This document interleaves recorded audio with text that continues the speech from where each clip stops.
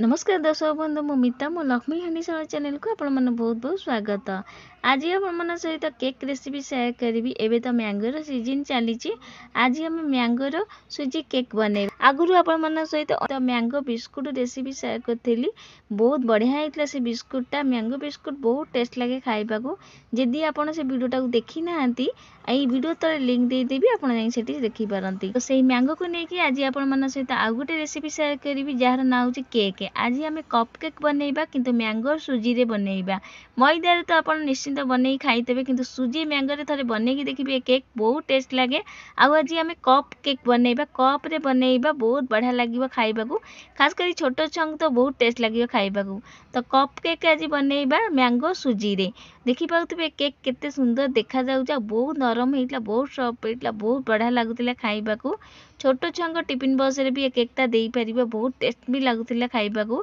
तो आज आपण मन सहित मैंगो सुजी रो केक रेसिपी शेयर करी। तो वीडियोटा को पूरा देखिए। जदि भल लगिवो वीडियो गोटे लाइक कमेंट शेयर करो जमर भूलिबे नहीं।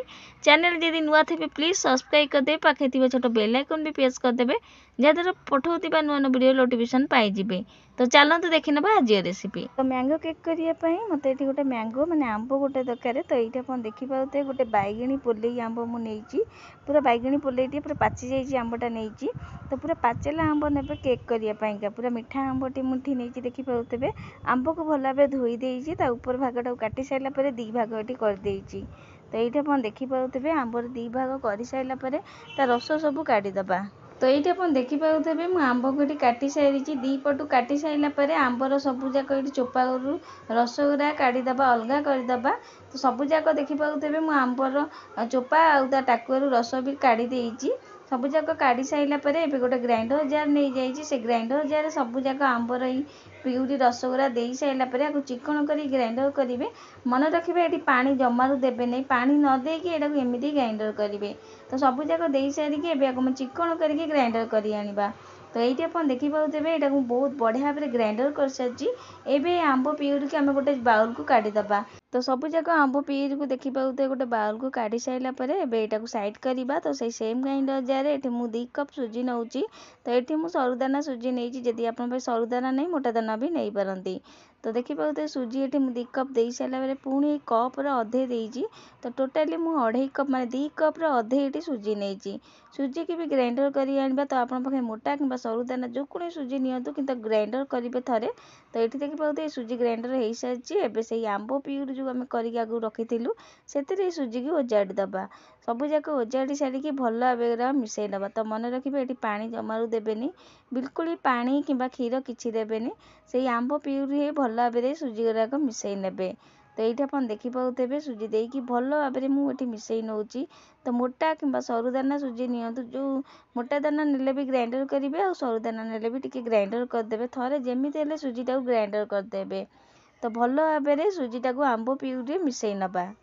तो भल भाव में मिसई सारापर ये मुझे चेनी दूसरी। तो ये मुझे चेनी की ग्राइंडर करके नहीं। तो ये देखि पाउथे से चा कप रे मापिकी नहीं, पूरा फुल कर नहीं अधे करके नहीं कहीं मिठा टी कम देती कहीं आंबटा मिठा थिला।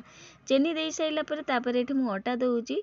2 चामच खंडे ये अटा देती। गोटे चामच तेल दूसरी। जो चामच रे मु तेल देली से चामच रे 2 चामच अटा देती। अटा कहीं देली आगू आपको कहबी। तो ये आप देखि पाउथे अटा चेनी तेल दे सारापर भल भाव में मिसई नबा। तो गोटे चामच रिफाइन तेल देती। तो ये देखि पाउथे सब जिनस को भल भाव में मिसई नौची। तो जमती मुझे कहली अटा कहीं देली। तो अटा दबा द्वारा आम सुजीटा जमती के सुजी केकटा टिके माने रहीगला पर सुखिला हो जाए। तो सुखिला हम नहीं, टिके नरम रही टिके मॉइस्चर रही। मुझे अटा 2 चामच देती। जदि अटा देवे नहीं तो मैदा भी 2 चामच खंडे दे पारती। सुजी की देखिकी अटा और मैदा दे पारती किंबा पूरा पूरी ऑप्शनल अच्छे मैं स्किप भी करि पारती। एटा दबा द्वारा सुजीटा आम जो सुखिला पड़ जाए माने सुजीटा रहीगला रखिला सुखिला हो जाए। से आम अटा ये दबा द्वारा आम सुजी माने केकटा आम नरम रहिबो, जमारू सुखिला हेनी। जो मैंने काटिला बेलू सुखी सुखा हो जाए। तो देखिथे आप सुजी केक कला सेटा जमती हम नहीं, से 2 चामच अटा देती। तो देखि पाते सब जिन मिसई सारापर ये क्षीर भी ये हाफ कप देती। क्षीर देकी भल भाव में मिसई सारापर घोरे छाड़ीदबा 5 ରୁ 10 मिनट जाए। सुजीर केक करवा। तो सुजी भी टिके नाकु फुलवाई अटा भी पकई सब जिन टिके नाकु फुलवाई छाड़ीदबा 5 ରୁ 10 मिनट जाए घोरेकी। तो ये आप देखिपे जहाँकि आज मुझे कप केक करी तो ये देखिए पेपर वाला कप नहीं कि आपन पाखे जब पेपर कप नहीं एमती गिना भी छोट छोट नहीं पारती छोट छोट गिना समस्त घरे एमती थाए एमती छोट छोट गिना टिके तेल मारिकी मैदा छिटकैकी भी नहीं पारती जदि एमती पेपर केक नेबे ने ताले एमती गिना भी छोट छोट भी करि पारती तो ये गिनार भी आपन करके देखैबी तो ये चलते आम बैटर को देखा तो ये आप देखिपे मुझे बैटर को घोरे छाड़ी देती 5 ରୁ 10 मिनट जाए आप देखूँ आगरू आहरी भी काठुआ हो सारी ये तो सुजी फुलिकी आहरी भी काठुआ हो सारी एबे एथेरे मु केसर क्षीर दूची अल्प टिके केसर पकईकी क्षीर में गोलैकी रखी देती आ केसर ता कलर भी छाड़ी सारी देखिपे से केसर क्षीरटा ये देदे केसर ये पूरा पूरी ऑप्शनल अच्छी आप स्किप भी करें कि न देकी एमती भी केकटा करें एमती भी आम मैंगोर करुच्ची आप न देकी भी यहाँ करें जदि भल कलर आसा चाहती ये फुड कलर भी दे पारती जदि केसर नहीं किसी फुड कलर भी ये दे पारती तो से केसर क्षीरटा दे सारापर भल भाव ये मिसई सारी देखिपे तो यहाँ ये भल भाव मिसई सारापर ये मुझे एसेंस दूची केक रे भल बास्ना आसापी ये भेनिला एसेंस दूची जदि आप एसेंस नहीं गुजराती गुंड भी दे पारती जमती मुझे कहली जदि आप एसेंस भी नहीं ताले एमती भी यहाँ करें गुजराती गुंड न देकी भी करें जहाँकि आम मैंगोर केक करुचे से आप एसेंस न देकी भी करें एमती भी बहुत बढ़िया लगे तापर बेकिंग पाउडर ये मुझे दूची बेकिंग सोडा ये देखिए दे दूची सब जिनस को दे सारापर भल भाव आउ टे मिसेबा तो मन रखिए बेकिंग सोडा बेकिंग पाउडर को देलापर हल्का हाथ एराक मिसेबे बेसी जोर जोर करके मिसेबे नहीं वीडियो रे आपन देखि पाउते केंति मुझे बैटरटा को मिसौची यही पड़ी एटा को मिसेबे बेसी जोर करके मिसेनी हल्का हाथ रे मिसेबे तो सब जिनस को मिसई सारा पर ये मुझे गोटे चमच भिनेगर दूची जहाँकि आम ये दही देनु तो से गोटे चमच ये भिनेगर देउची जदि भिनेगर नहीं गोटे चमच नेंबू रस भी देवे किंतु निश्चिंत देवे कि कहीं आम ये दही देनु निश्चिंत भिनेगर किंबा नेंबू रस देवे तो ये आप देखिए बैटर ये बढ़िया भाव रेडी हो सारी संगे संगे आम कप मोड्रे पूरे देदेबा बेटर गुड़ाक तो सब बैटर दे सारापर टिके टैप टैप कर सारापर आगे किसी टूटी फुटी मुझे दूची टूटी फुटी देकी सजेदेबा तो ये आमर केकटा हो सारी बेक हाँपाईका ये चलतु आम केक बेक करने को नहीं जावा तो ये देखिए आगुरी कड़े मुठी स्टाण्ड देकी थालिया देकी गरम हाँक बसई देती भल भाव हिट हो सारी एवं सब कप मेड को रखीदबा आधे सबू जाक दे सारिकी आम घोरे छाड़ीदबा लो फ्लेम रे केक भल भाव बेक हाँपाईका तो मन रखिए एथेर आम कि दही एरिका देनु से भिनेगार कि नेंबू रस निश्चिंत देवे तो मुझे ताटिया भी करी बैटर दे देखिए यहाँ भी रेडी हो सारी यहीटा भी बेक हाँक बसईदबा तो सब केक को मुझे बेक हाँक छाड़ी 20 ରୁ 25 मिनट जाए लो फ्लेम रे छाड़ी देती आप देखिपे 20-25 मिनट देखिपे कि पूरा पूरी 25 मिनट मत लगी यहाँ बेक हाँपाईका तो छुरी मारिक ये आप देखा देखु ये देखिपे केक केमती उठी जाऊँगी केक बढ़िया भाव बेक हो माने देखिपे साइड भी छाड़ी सारी तो आप देखिपे केते सुंदर भाव में केक गुरा बेक होते सुंदर देखा देखिपे पूरा पूरी 25 मिनट लगी केक को हाँपाईका पूरा पूरी लो फ्लेम रे मुझे छाड़ी देती जदि आप केक जदि है छुरी किसी लगुच आउ कि समय छाड़ीदेवे तो गोटे कथा मन रखिए केक दे सारापर जमारू संगे संगे काढ़े नहीं 15 मिनट जाए तो कम से कम काढ़े नहीं कहीं से टाइम केकटा फुली आसुव जदि आप काढ़ीदेवे केक जमारू माने यही भाया फुलब नहीं तो यही कथाटा मन रखिए केक देकी जमारू ताकू लगे नहीं 15 मिनट जाए तो जमारू ताकू काढ़े नहीं तो ये आप देखिपे केते बढ़िया भाव में केक गुराक मुझे आपको ठंडा हाँक छाड़ीदेवी ठंडा है आपको काढ़ी देखी केते सुंदर भाव में केक गुरा बेक होता तलू भी बहुत बढ़िया होता केक गुराक पूरा पाखक नहीं देखा देखो केक केते सुंदर देखा ऊपर देखिपे तो ये आपको ठंडा हाँक छाड़ी दूसरी ठंडा है सब जाक को मुझे प्लेट को काढ़ी आनी आपको काढ़ी देखी केते बढ़िया भाव में भितर भी होचे केक गुराक तो जमती मुझे कहली गिनार भी आपको करके देखी तो ये देखो गिनार भी मुझे 3टा गिनार भी बेक बसई गोटे छोट 2टा नहीं आ कि गोटे बड़ गिनाटा भी नहीं सब केक को मुझे काढ़ी देती ठंडा भी हो सारी गुड़ाक एबे कप रे जो केकटा सेटा आपको काढ़ी देखो पूरा कपटा को मुझे काढ़ी देखो केते बढ़िया भाव बेक हो केक तो आप देखिपे पूरा ठंडा है काढ़े कि गरम थी हल्का कहीं वीडियो कर देखापी यहाँ मतलब ये काढ़ा पड़ू देखिपे तो ये मन रखिए पूरा ठंडा है काढ़ी जदि ना किसी भी पेपर जो कागज से भी लगे कि टिके लगी कहीं गरम अवस्था मुझे काढ़ी आपको देखा टिके गरम थिला पूरा ठंडा है काढ़ी जदि किसी हेनी केक बढ़िया भाव आराम से बाहर देखो तो पाखକୁ ନେଇ ଦେଖନ୍ତୁ କେତେ ବଢ଼ିଆ ଭାବରେ ବେକ୍ ହେଇଛି, ବହୁତ ନରମ ହେଇଥିଲା, ବହୁତ ଟେଷ୍ଟ ଲାଗୁଥିଲା ଏ କେକ୍ଟା ଖାଇବାକୁ। ତ ଆପଣ ଦେଖିପାରୁଥିବେ କେକ୍ କେତେ ସୁନ୍ଦର ଦେଖାଯାଉଛି। ଏବେ ଗୋଟେ ଗିନାରେ ବି କାଢ଼ିକି ଦେଖାଉଛି,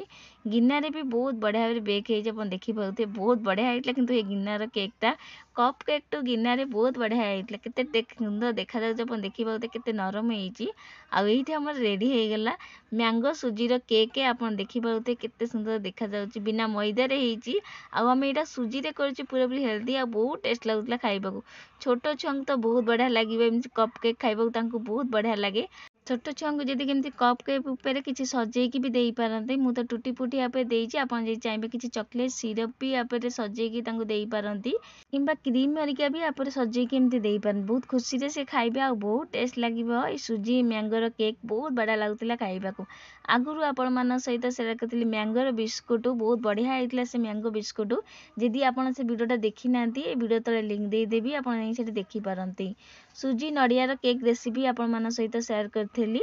ତ ଆପଣ ଦେଖିପାରୁଥିବେ କେକ୍ ଗୁଡ଼ା କେତେ ସୁନ୍ଦର ଦେଖାଯାଉଛି, ଆଉ କେକ୍ ଖାଇବାକୁ ବି ବହୁତ ଟେଷ୍ଟ ଲାଗୁଥିଲା, ବହୁତ ବଢ଼ିଆ ଲାଗୁଥିଲା କେକ୍ ଗୁଡ଼ାକ। ତ ଛୋଟ ଛୁଆଙ୍କୁ ବି ବହୁତ ବଢ଼ିଆ ଲାଗିବ, ତାଙ୍କ ଟିଫିନ୍ ବକ୍ସରେ ବି ଏ କପ୍ କେକ୍ ବି ଦେଇପାରନ୍ତି, ସେମାନଙ୍କୁ ବି ବହୁତ ଖୁସିରେ ଖାଇବେ। ଯେମିତି ମୁଁ କହିଲି କିଛି ଚକୋଲେଟ୍ ସିରପ୍ କିମ୍ବା କିଛି ଆପଣ ଆ ଦେହରେ କିଛି କ୍ରିମ୍ ବି ଦେଇକି ଦେଇପାରନ୍ତି, ବହୁତ ଟେଷ୍ଟ ଲାଗିବ ଆଉ ବହୁତ ଖୁସିରେ ବି ସେ ଖାଇବେ। ଆ ଦେହରେ ଆମେ ଉପରେ ଟୁଟି ଫୁଟି ବି ପକେଇଛୁ, ଆଉ ଆପଣ ଚାହିଁବେ ଯଦି ଭିତରେ ବି ଦେଇପାରନ୍ତି, ବ୍ୟାଟର ଭିତରେ ବି କିଛି ଟୁଟି ଫୁଟି ବି ଦେଇପାରନ୍ତି। ଏବେ କେକ୍ ଗୋଟେ କାଟିକି ଆପଣଙ୍କୁ ଦେଖେଇବି, ଭିତରୁ କେତେ ବଢ଼ିଆ ଭାବରେ ଇଏ ବେକ୍ ହେଇଥିଲା। ତ ଭିତରୁ ବି କାଟିକି ଏଇଠି ଆପଣଙ୍କୁ ଦେଖାଉଛି ଗୋଟେ କେକ୍, ଏଇଠି ଆପଣଙ୍କୁ ତ ଏଇଠି ଆପଣ ଦେଖିପାରୁଥିବେ ଗୋଟେ କାଟିକି ଦେଖାଉଛି, ଭିତରୁ ବି ବହୁତ ବଢ଼ିଆ ଭାବରେ ବେକ୍ ହେଇଛି। ଆପଣ ଦେଖିପାରୁଥିବେ କେତେ ଜାଲିଦାର ହେଇଛି, ଭିତରେ ଦେଖିପାରୁଥିବେ ବହୁତ ସଫ୍ଟ ହେଇଥିଲା, ବହୁତ ନରମ ହେଇଥିଲା କେକ୍ଟା, ଖାଇବାକୁ ବହୁତ ଟେଷ୍ଟ ଲାଗୁଥିଲା। କେତେ କଲର୍ ବି ଆଇଛି ଦେଖିପାରୁଥିବେ। ତ ବିନା ମଇଦାରେ କରିଛୁ, ଆଉ କେକ୍ ଦେଖିପାରୁଥିବେ କେତେ ଜାଲିଦାର ହେଇଛି କେକ୍ ଭିତରେ ଦେଖିପାରୁଥିବେ। ତ ଭିତରକୁ ଦେଖିପାରୁଥିବେ କେତେ ଜାଲିଦାର ହେଇଛି, ବହୁତ ସଫ୍ଟ ହେଇଥିଲା, ବହୁତ ନରମ ବି ହେଇଥିଲା, ବହୁତ ବଢ଼ିଆ ଭାବରେ କେକ୍ ଭିତରୁ ବି ବେକ୍ ହେଇଛି। ଆପଣ ଦେଖିପାରୁଥିବେ ସୁଜିରେ କରିଛୁ, ଆମେ ଏଠି ମଇଦାରେ ବି କରିନୁ, ସୁଜିରେ ହେଇଛି, ବହୁତ ଟେଷ୍ଟ ଲାଗିବ ଖାଇବାକୁ। ସବୁବେଳେ ତ ମଇଦାରେ କରିକି କେକ୍ ଖାଉଥିବେ, କିନ୍ତୁ ସୁଜି ଆଉ ଆମ୍ବର ଏମିତି କରିକି ଦେଖନ୍ତୁ, ବହୁତ ବଢ଼ିଆ ଲାଗିବ ଖାଇବାକୁ। ପୁରାପୁରି ମ୍ୟାଙ୍ଗୋର କେକ୍ ଭଳିଆ ଲାଗିବ, ଏ ଟେଷ୍ଟ ପୁରା ଆସିବ ଆପଣଙ୍କୁ, ବହୁତ ଟେଷ୍ଟ ଲାଗୁଥିଲା ଖାଇବାକୁ। ପୁରା ପାଖକୁ ଦେଖନ୍ତୁ କେତେ ଭିତରୁ ଜାଲିଦାର ହେଇଛି, ଆଉ ବହୁତ ବଢ଼ିଆ ଭାବରେ ବେକ୍ ହେଇଛି। ଆଉ ଏ କାଗଜ ଟିକେ ଲାଗିଛି, କାହିଁକିନା ମୁଁ ଗରମ କାଢ଼ିଥିଲି, ତ ଥଣ୍ଡା ହେଲା ପରେ କେକ୍ ଗୁଡ଼ା କାଢ଼ିବେ, କିଛି ବି ଲାଗିବନି। ତ ଏଇଠି ଆପଣ ଦେଖିପାରୁଥିବେ କେକ୍କୁ ଦେଖିକି ଜାଣିପାରୁଥିବେ କେତେ ସୁନ୍ଦର ହେଇଛି। ତ ଆମ୍ବ ତ ସମସ୍ତଙ୍କର ପସନ୍ଦ, ଛୋଟଠୁ ଆରମ୍ଭ କରି ବଡ଼ ଯାଏଁ, ଆଉ ସମସ୍ତଙ୍କୁ ଭଲ ଲାଗେ ଆମ୍ବ ଖାଇବାକୁ। ଆମ୍ବର କେକ୍ ବହୁତ ବଢ଼ିଆ ଲାଗେ ଖାଇବାକୁ, ଆଉ ବହୁତ ଟେଷ୍ଟ ବି ଲାଗେ। ଏବେ ତ ମ୍ୟାଙ୍ଗୋର ସିଜିନ୍ ଚାଲିଛି, ତ ଆପଣ ମ୍ୟାଙ୍ଗୋ ସରିବା ଆଗରୁ ଥରେ ବନେଇ ନିଅନ୍ତୁ ଏଇ ମ୍ୟାଙ୍ଗୋର ସୁଜିର କେକ୍, ବହୁତ ଟେଷ୍ଟ ଲାଗେ ଖାଇବାକୁ। ତ ବନାନ୍ତୁ ଆପଣ ଏଇ ପ୍ରୋସେସ୍ରେ ଏଇ ମ୍ୟାଙ୍ଗୋର ସୁଜି କେକ୍। ଆଉ ଆପଣମାନଙ୍କର ଏଇ କେକ୍ କେମିତି ହେଲା ମୋତେ କମେଣ୍ଟ କରିବାକୁ ଜମାରୁ ଭୁଲିବେନି। ଆଶା କରୁଛି ଆଜିର ଏଇ ରେସିପି ଆପଣମାନଙ୍କୁ ନିଶ୍ଚିନ୍ତ ଭଲ ଲାଗିଥିବ, ଆଉ ଯଦି ଭଲ ଲାଗିଥିବ ଭିଡ଼ିଓକୁ ବହୁତ ମାତ୍ରାରେ ସେୟାର କରିବେ। ତ ଆଜି ପାଇଁ ରହୁଛି ଜୟ ଜଗନ୍ନାଥ, ପୁଣି ଆସିବି ଏମିତି ଗୋଟେ ନୂଆ ରେସିପି ନେଇକି। ଧନ୍ୟବାଦ।